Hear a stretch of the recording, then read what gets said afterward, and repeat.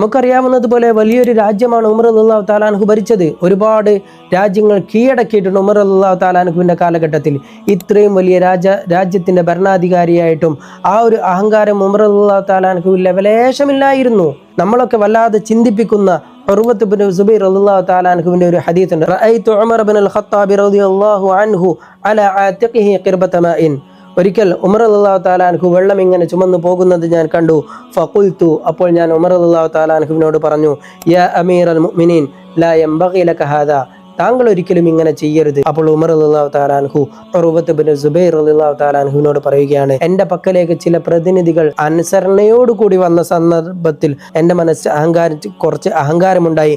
ഫഅറത്തു അൻ ഉകസ്സിറഹ, ആ അഹങ്കാരത്തെ ഇല്ലാതാക്കാനായി ഞാൻ ഉദ്ദേശിക്കുന്നു, അതുകൊണ്ടാണ് ഈ ഒരു വെള്ളം ചുമന്നു പോകുന്നത് എന്ന് ഉമർ ഇബ്നുൽ ഖത്താബ് റളിയല്ലാഹു തആല അൻഹു പറയുകയാണ്. ഇതൊക്കെ നമ്മൾ മറ്റൊരു കാര്യം കൂടി മനസ്സിലാക്കണം. ഈ സഹാബാക്കളുടെ ചരിത്രം പഠിക്കുന്ന സന്ദർഭം നമ്മൾ വിചാരിക്കും അതൊക്കെ ആ കാലഘട്ടത്തിലല്ലേ, ആ കാലഘട്ടത്തിൽ അങ്ങനെയൊക്കെ ആയിരുന്നു, ഇന്നൊക്കെ അത് സാധിക്കുമോ എന്നൊക്കെ നമ്മൾ സംശയിച്ചേക്കാം.